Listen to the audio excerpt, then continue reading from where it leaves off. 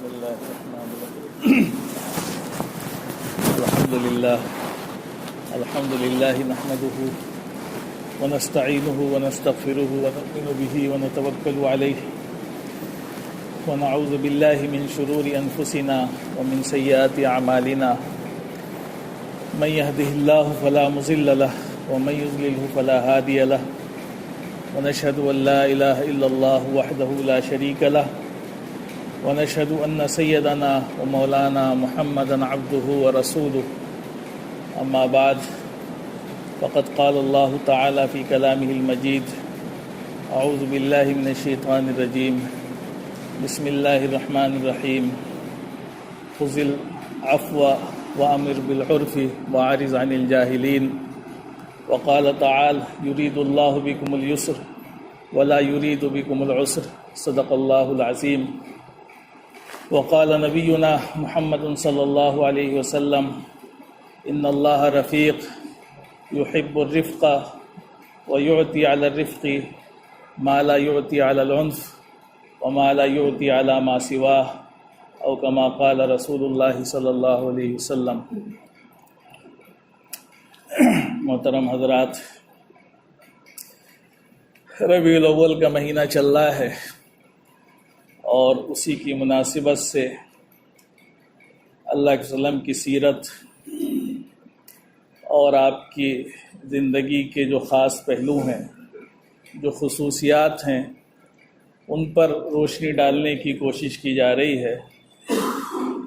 جہاں تک سیرت کا تعلق ہے تو سیرت ایک بڑا عظیم موضوع ہے اور اس کے اتنے پہلو ہیں کہ جس کا احاطہ کرنا بڑا مشکل کام ہے. جو بھی اچھی باتیں ہیں اللہ کے وسلم کی زندگی کے تعلق سے جتنی بھی چیزیں ہیں وہ سب چیزیں سیرت میں آتی ہیں، اور بہت پہلو ہیں سیرت کے اور آپ کی زندگی کے جن کو بیان کیا جائے تو ظاہر سی بات ہے ہفتے کیا مہینے سال بھی ناکافی ہیں. تو انہی پہلو میں سے انتخاب کیا جاتا ہے، اس لیے کہ اللہ کے وسلم کی سیرت جو ہے اصلاً وہ ایک آئینے کی طرح ہے کہ اس آئینے میں ہمیں اپنی شکل دیکھنی، اپنی زندگی دیکھنی، اپنی کمیوں کو دیکھنا ہے کہ اس سیرت کی روشنی میں جو کمیاں ہماری زندگی میں ہیں وہ دور ہو جائیں. تو یہی اصل سیرت ہے اور یہی اس کا فائدہ ہے اور یہی بیان کرنے کا مقصد ہوتا ہے. اس لیے کہ جب قرآن نے فرمایا ہے کہ اللہ کے وسلم کی زندگی آپ کے لیے نمونہ ہے تو ہم نمونے کو دیکھتے رہیں اور اپنی کمیوں کو تلاش کرتے رہیں اور جو کمیاں ہیں ان کو دور کرتے رہیں. یہی اس کا مقصد ہے اور اللہ تبارک و تعالیٰ نے اسی لیے یہ بات بھی فرمائی ہے.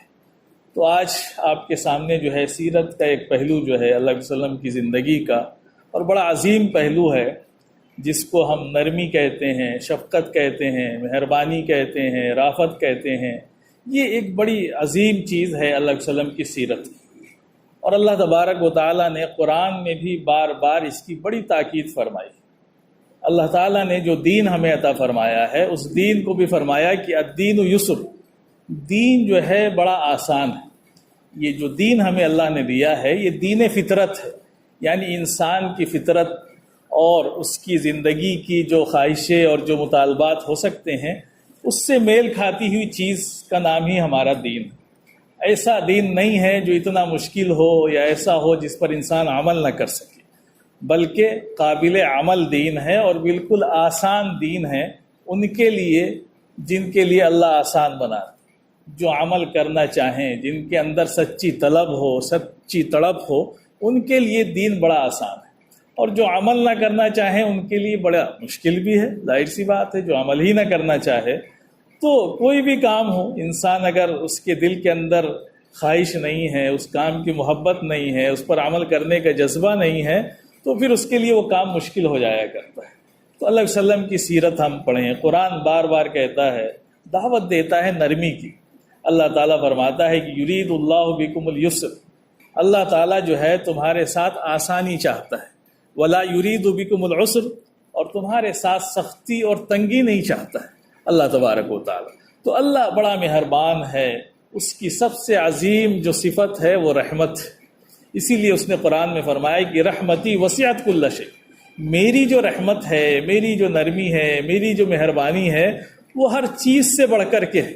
اسی لیے ہم بار بار قرآن شروع کرتے ہیں تو پڑھتے ہیں بسم اللہ الرحمن الرحیم، اس اللہ کے نام سے شروع کرتے ہیں جو بڑا مہربان ہے، بڑا رحیم ہے، اور دوسری صفات جو اس کی غصے والی ہیں اس سے ہم نہیں شروع کرتے۔ تو یہ اللہ کی نرمی اور بار بار نرمی کی دعوت اور اللہ کے وسلم کی سیرت، اور آپ نے اسی پر صحابہ کی تربیت کی، تو یہ بڑی عظیم چیز ہے۔ اللہ نے قرآن میں اللہ کے رسول سے ایک بار مخاطب کر کے فرمایا کہ خذ العفو وامر بالعرف واعرض عن الجاہلین، فرمایا کہ آپ جو ہے عفو اور درگزر اختیار کیجیے، معاف کرتے رہیے، بھلائی کا حکم کرتے رہیے، واعرض عن الجاہلین، اور جاہلوں سے اعراض کریے، یعنی جہالت کرنے والوں سے الجھیں گے تو آپ کی زندگی بیکار ہو جائے گی، آپ ذلیل ہو جائیں گے اور رسوا ہو جائیں گے۔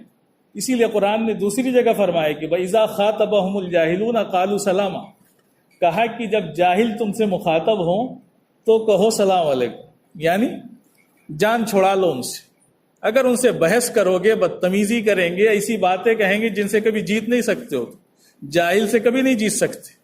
ہاں اگر وہ صاحب علم ہوگا تو ایسی بات ہی نہیں کرے گا، لیکن جہالت بھی ایک بہت بڑا مرض ہے اور بہت بڑی کمی ہے، اس لیے ہمارے نبی نے تعلیم پر بھی بڑا زور دیا ہے۔ تو بہرحال یہ ایک الگ موضوع ہے، یہاں موضوع ہے نرمی، شفقت، مہربانی، اور یہ ہر جگہ ہونی چاہیے۔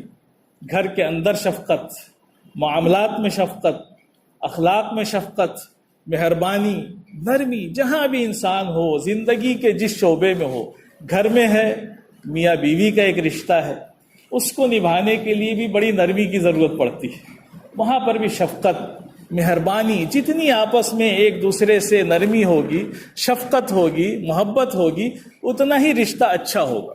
اور جتنی ایک دوسرے سے کہہ لیجئے ضد ہوگی، لڑائی ہوگی، بڑائی کا جذبہ ہوگا، شوہر یہ سوچے کہ ہم اس پر حکومت کریں اور اس کے دماغ میں ہو کہ یہ ہماری ہی مانے، تو بس پھر پھٹے گی نہیں، وہ لڑائی ہوتی رہے گی اور اسی لڑتے لڑتے موت آ جائے گی۔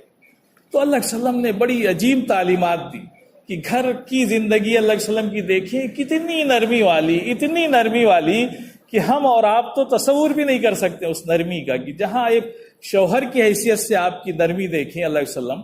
تو اللہ کے وسلم ایک بار گھر میں موجود تھے، حضرت عائشہ رضی اللہ عنہا کے گھر میں، اور آپ کی ازواج میں سے کسی نے کھانا بھیجا۔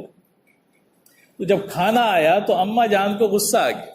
عورتوں کی فطرت ہوتی ہے کہ جب ایک عورت ہوتی ہے تو وہ دوسری بیوی کو، یعنی شوہر کی دوسری بیوی سے اس کو تھوڑا ایک وہ ہوتی ہے، آپس میں سوکن ہوتی، تو ایک طرح سے ایک وہ ہوتا ہے ان کے مزاج میں۔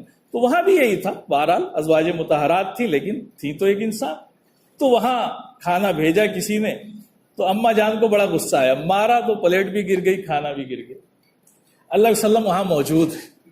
آپ تصور کریں کہ ہم اور آپ جیسے شوہر ہوں گے تو وہاں کیا کریں گے، بیوی کی کیا حالت بنا دیں گے۔ اللہ کے وسلم نے کچھ نہیں فرمایا، پلیٹ بھی گر گئی، کھانا بھی گر گیا۔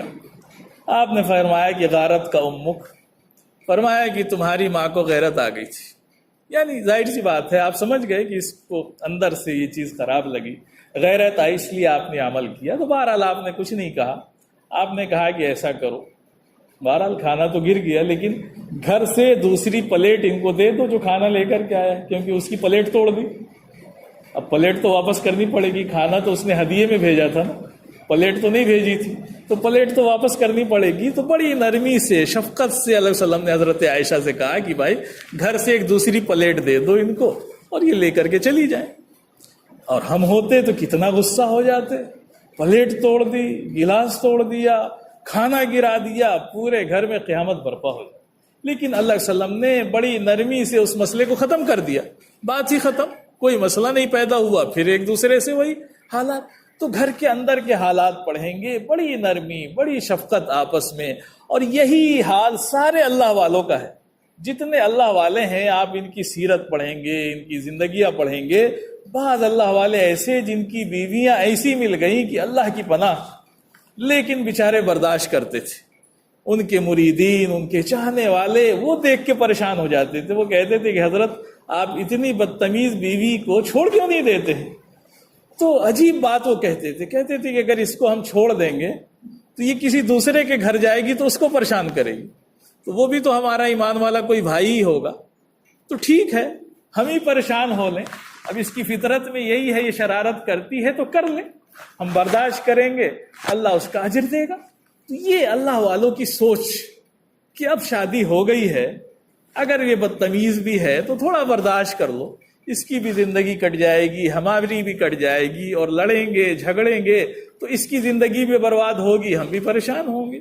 تو اس کو نرمی سے چلو سلجھاتے رہو، دباتے رہو کسی طرح سے، اب اس کو کاٹنے کی کوشش کرنی چاہیے انسان کو۔ تو یہ ہمارے اللہ والوں کا حال تھا کہ ان کی عجیب سوچ تھی کہ چلو اب تو اسی زندگی سے آگے بڑھنا ہے، اور اس نرمی سے کام بھی بن جایا کرتا تھا، بہت کام بن جایا کرتے تھے شفقت سے۔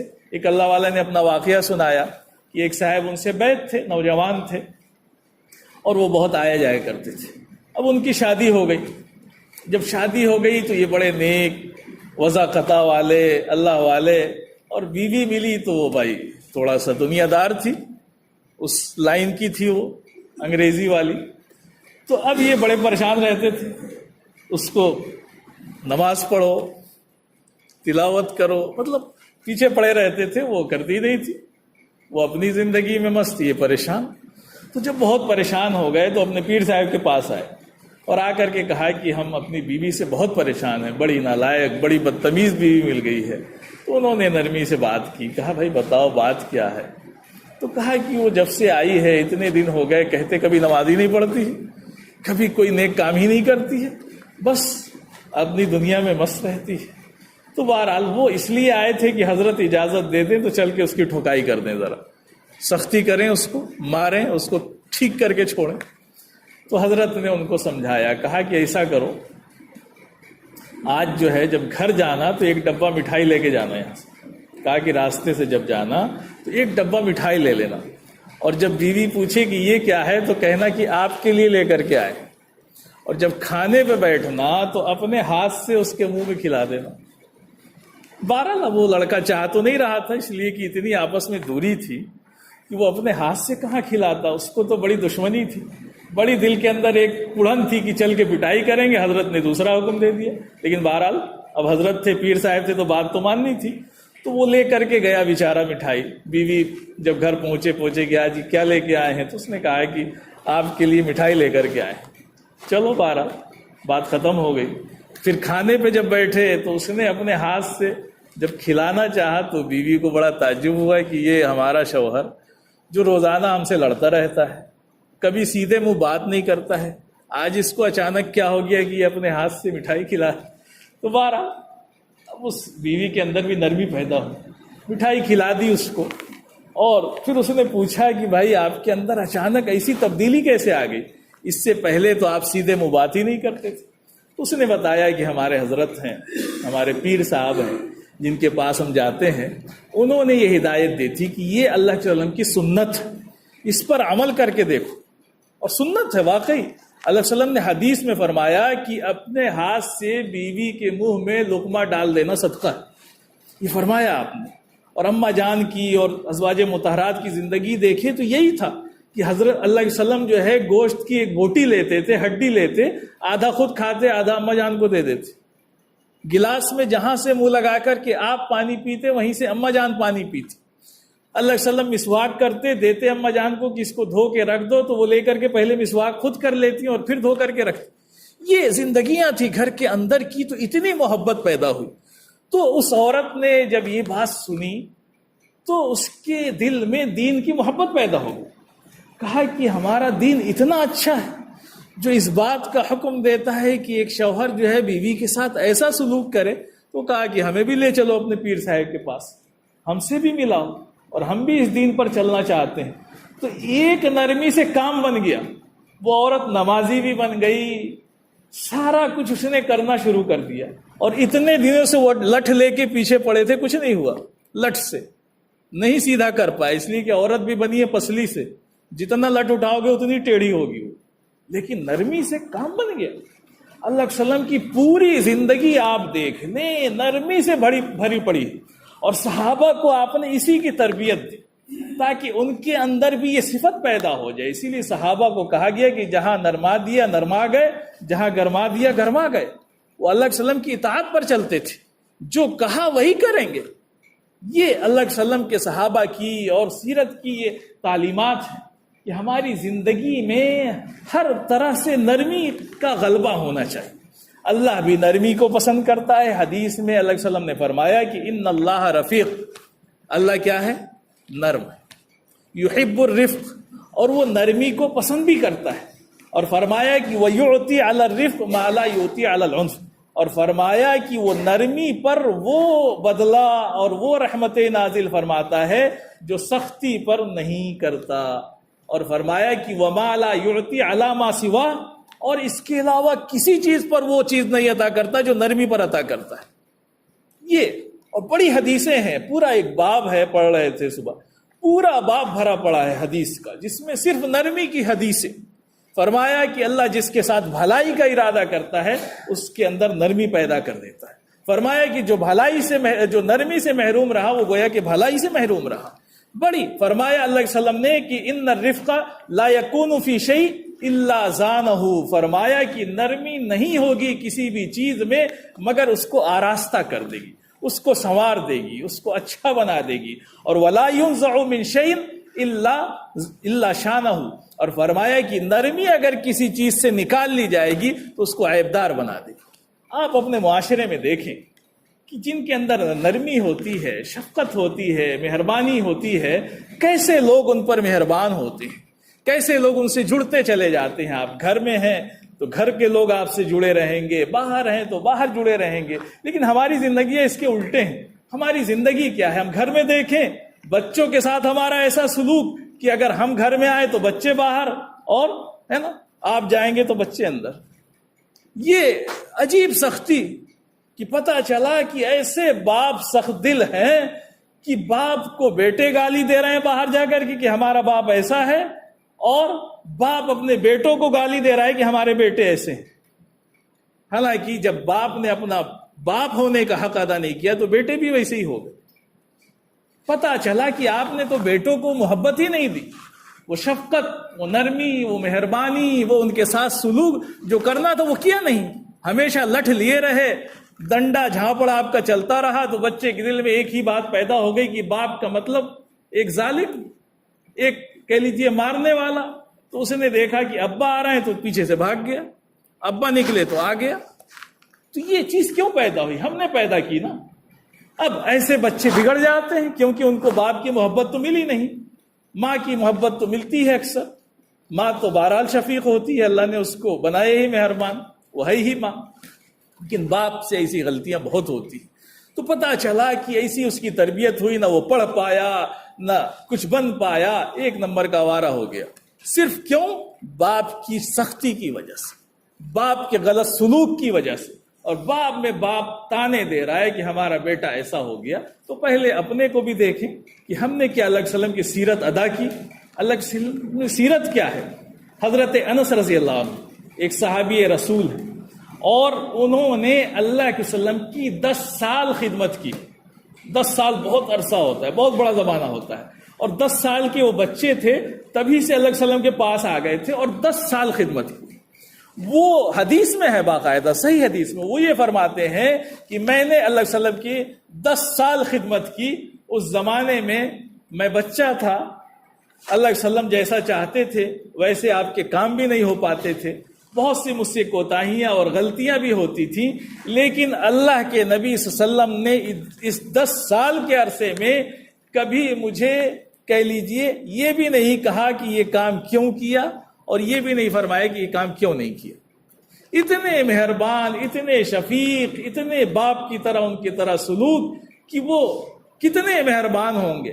ایسے لوگوں سے کبھی دل میں بغاوت، عداوت، دشمنی پیدا ہوگی نہیں، وہ تو اپنی جان دے دے گا۔ اسی لیے حضرت زید بن حارثہ کا واقعہ مشہور ہے کہ ان کو غلام بنا کر کے لوگوں نے بیچ دیا، مکے والوں نے خرید لیا، اور پھر وہ آگے حضرت خدیجہ کے پاس، حضرت خدیجہ سے اللہ علیہ وسلم کے پاس۔ دھیرے دھیرے جب ان کے گھر والوں کو خبر پہنچی کہ وہاں پر ہیں تو وہ لینے کے لیے آ گئے۔ اللہ علیہ وسلم جب ان کے گھر والے لینے کے لیے آئے تو کہا کہ بھائی لے جاؤ، تمہارا بیٹا اور یہ تمہارے گھر کا فرد اگر خوشی سے جانا چاہے تو لے جاؤ، اور نہیں جانا چاہے گا تو میں زبردستی بھی نہیں کروں گا۔ تو آپ دیکھیں کہ اللہ علیہ وسلم نے ان کے ساتھ کیسا سلوک کیا کہ انہوں نے اپنے چچا کو، گھر والوں کو کہا کہ نہیں، ہم اللہ کے نبی صلی اللہ علیہ وسلم کو چھوڑ کر کے نہیں جا سکتے، یہ ہمارے باپ سے بھی بڑھ کر کے انہوں نے جو ہمارے ساتھ نرمی، شفقت، محبت کا معاملہ کیا ہے، اتنا تو کوئی باپ بھی نہیں کر سکتا۔ تو وہ چھوڑ کر کے نہیں گئے، ہمیشہ کے لیے اللہ علیہ وسلم کے ہو گئے، اس لیے ان کو اللہ علیہ وسلم کا منہ بولا بیٹا کہا جاتا ہے۔ تو وہ ہو گئے ہمیشہ کے لیے، نہیں گئے اپنے گھر واپس۔ کیوں نہیں گئے بھائی؟ اسی لیے تو نہیں گئے کہ اتنی محبت ملی۔ تو میرے بھائیوں، اللہ علیہ وسلم کی سیرت پڑھنی چاہیے اور اس سیرت کو اپنی زندگی میں اتارنے کی کوشش کرنی چاہیے۔ اگر یہ کوشش کریں گے تو ہم بھی اچھے انسان بن جائیں گے اور ہم بھی نبی رحمت کے امتی بن جائیں گے صحیح معنوں میں۔ اگر ہم بننا چاہتے ہیں تو آپ پڑھیں۔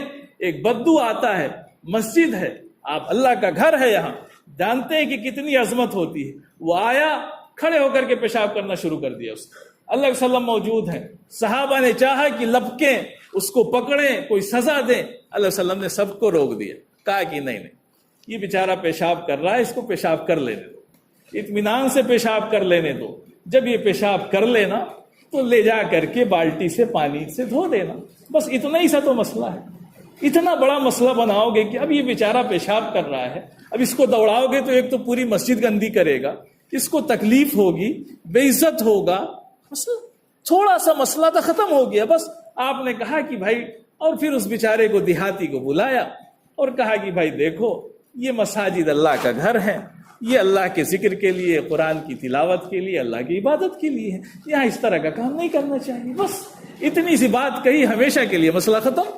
اب وہ کبھی ایسا کام نہیں کرے گا، لیکن اس کو دوڑایا ہوتا تو وہ رات میں آ کے پھر کر دیتا، کہتا کہ اچھا اس کی وجہ سے ہمیں مارا تو چلو۔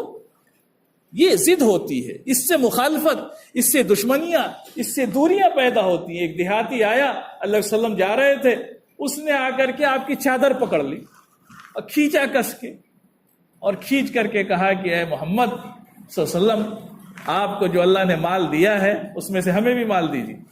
اب دیہات کا رہنے والا تھا، جاہل بدو، اس کو پتہ نہیں تھا کہ کیا ادب ہوتا ہے، بڑوں سے کیسے، کچھ نہیں، اس نے چادر کھینچ دی۔ اللہ علیہ وسلم نازک تھے، آپ کی گردن پہ خراش آ گئی، لال نشان پڑ گئے، لیکن قربان جائیں سرکار دو عالم صلی اللہ علیہ وسلم پر، اللہ علیہ وسلم مسکرا دی اور آپ نے فرمایا کہ بھائی اس کو دے دو، اور وہی آپ غصہ ہو جاتے، اچھا ایسے بدتمیز ہو، ہمارے حضرت کے سامنے کوئی ایسا کر دے، ہم لوگوں کے حضرت ہوتے ہیں، کوئی جا کے تھوڑی سی گستاخی کر دے تو اس کی جان پہ بنائے گی، بیچارے کی مریدین مار کے اس کی جان لے لیں گے، لیکن وہاں اللہ علیہ وسلم کی ذات ہے، دو جہاں کے سردار ہیں، قربان جائیں آپ، کچھ نہیں کیا آپ نے، مسکرا دیے، آپ کو پتا تھا کہ یہ بیچارہ جاہل ہے، جانتا نہیں ہے، اس لیے ایسا کیا ہوگا اور آپ نے اس کو دینے کا حکم فرما دیا۔ اندازہ لگائیں کہ اللہ کے وسلم کی سیرت کتنی عمدہ ہے اور ہماری سیرت کتنی خراب ہے۔ ہم اپنی سیرت دیکھیں کہ ہم داڑھی رکھ لیتے ہیں، ٹوپی لگا لیتے ہیں، قرآن کی تلاوت کرتے ہیں، اللہ کا ذکر کرتے ہیں، لیکن ایک داڑھی والا دوسرے داڑھی والے سے لڑ رہا ہے، عجیب تماشا۔ ایک ذکر کرنے والا، ایک تسبیح پڑھنے والا، ایک تہجد پڑھنے والا دوسرے تہجد پڑھنے والے سے لڑ رہا ہے، عجیب تماشا۔ اسی لیے اللہ کے وسلم نے یہ بات فرمائی کہ قیامت کے دن جو میزان ہوگا، جو ترازو ہوگی، اس میں سب سے بھاری چیز اچھے اخلاق ہوں گے۔ یہ نہیں فرمایا کہ سب سے اچھی چیز تہجد ہوگی، سب سے اچھی چیز قرآن کی تلاوت ہوگی، سب سے اچھی چیز جو ہے وہ تسبیحات ہوگی، یہ نہیں فرمایا۔ اس لیے آپ کو پتا تھا کہ یہ چیز بڑی آسان ہے کہ انسان تہجد پڑھ سکتا ہے، تسبیح پڑھ سکتا ہے، قرآن کی تلاوت کر سکتا ہے، لیکن اپنے نفس کو نہیں مار سکتا، اپنے تکبر کو نہیں نکال سکتا، اپنے اندر سے بڑائی کو نہیں نکال سکتا۔ یہ بڑا مشکل کام ہے، اس کا نفس مر جائے تو یہ انسان بن جائے۔ میرے بھائیوں، تو بڑی عجیب چیز ہے کہ ہم سیرت کو پڑھتے نہیں ہیں، اور پڑھتے بھی ہیں تو اپنے مطلب کی چیزیں پڑھتے ہیں، اللہ کے وسلم کی حقیقی سیرت کو پڑھنے کی تو ہم کوشش ہی نہیں کرتے۔ تو میرے عزیز بھائیوں، یہ سیرت تو اسی لیے ہے، انشاءاللہ اور آگے ہفتوں میں بھی سیرت کے تعلق سے جو موٹی موٹی چیزیں ہیں بیان کی جائیں گی، لیکن اس ہفتے ہم نے اسی کو اختیار کیا کہ ہمارے اندر بڑی سختیاں ہیں، بڑی کمیاں ہیں، ہم سب کے اندر، چاہے گھر کے اندر ہوں، معاشرے میں ہوں، ہم کوئی کام کرتے ہوں یا ہم کوئی فیکٹری چلاتے ہوں، کہیں پہ بھی رہتے ہوں، ہر جگہ نرمی، شفقت، مہربانی، رحمت، یہ ایسا عمل ہے جو آپ کو محبوب بنا دے گا، آپ کو کامیاب بنا دے گا، اور جہاں آپ سختی پہ آئیں گے آپ کو ناکام بنا دے گا۔ آپ کی فیکٹری نہیں چلے گی. آپ سختی کریں دیکھیں سب بھاگ جائیں گے, نرمی کریں تو 2 گھنٹہ زیادہ لوگ کام کر دیں گے. تو یہ سیرت ہے, یہ کوئی مطلب ایسی چیزیں نہیں ہیں جو آسمان, سیرت ہے, اللہ کے وسلم کی سیرت ہے. آپ نے اسی سیرت سے پوری دنیا میں اسلام کو پھیلا دیا, اور یہ سیرت مسلمانوں میں پیدا ہو جائے تو مسلمان بھی صحیح معنوں میں انسان بن جائیں گے اور نبی رحمت کے امتی بن جائیں گے. تو میرے بھائیوں, ان صفات کو ہم اپنے اندر پیدا کریں, جو کمیاں ہوں ان کو ہم اپنے اندر سے دور کریں. ہم بھی اسی میں ہیں, آپ بھی اسی میں ہیں, ایسا نہیں ہے کہ کوئی خاص, سب اسی میں ہیں. ہم سب بری عادتوں میں مبتلا ہیں اور ہم سب کو اپنی عادتوں کی اصلاح کرنی ہے. اللہ سے دعا بھی کرنی ہے کہ اے اللہ, جو برے اخلاق ہیں, جو ہمارے اندر سختیاں ہیں دلوں کے اندر, جو غصہ ہے, جو تکبر ہے, ان کو دور فرما دیں اور ہم اچھے انسان بن جائیں, ایک صحیح معنوں میں اپنے نبی کے امتی بن جائیں. اگر ایسا ہو جائے گا تو انشاءاللہ آپ دیکھیں گے کہ ہمارے گھروں میں بھی بہار ہوگی, معاشرے میں بھی بہار ہوگی. اللہ تبارک و تعالی ہم سب کو کہنے سننے سے زیادہ عمل کی توفیق عطا فرمائے.